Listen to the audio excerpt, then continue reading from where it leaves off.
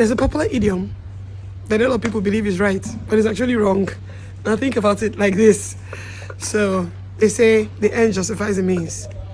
But that idiom is supposed to be correct and people believe it. But it's actually biblically wrong.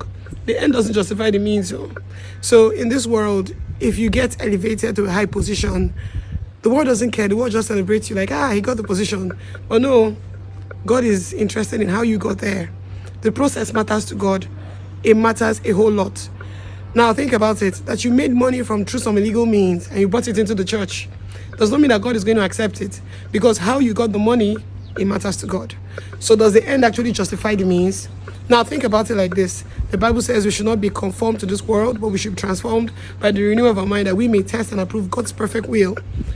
The truth of the matter is that there are a lot of things that we do, we don't think about the process. We feel, okay, fine, all I have to do is pass my exam. But God looks at the process more than he looks at the result. Man looks at the result more than he looks at the process. I remember in the Bible when David was carrying the ark, and then they were carrying it wrongly. The fact that they were carrying the ark is not a problem. The problem is that they were carrying it the way that God did not ask them to carry it. And that also brought its own judgment. So the question is, this mindset of the end justifies the means, it transcends through society, right? And then it's beginning to make us accept things that we shouldn't accept, not even query the process. We don't ask ourselves, okay, what does God have to say about this, about the process? Even marriage, how you get married matters. How you make money matters. Whatever it is you do, everything matters. The process actually matters. So my dear people, the end doesn't justify the means. If not, you go ask a question where you don't know.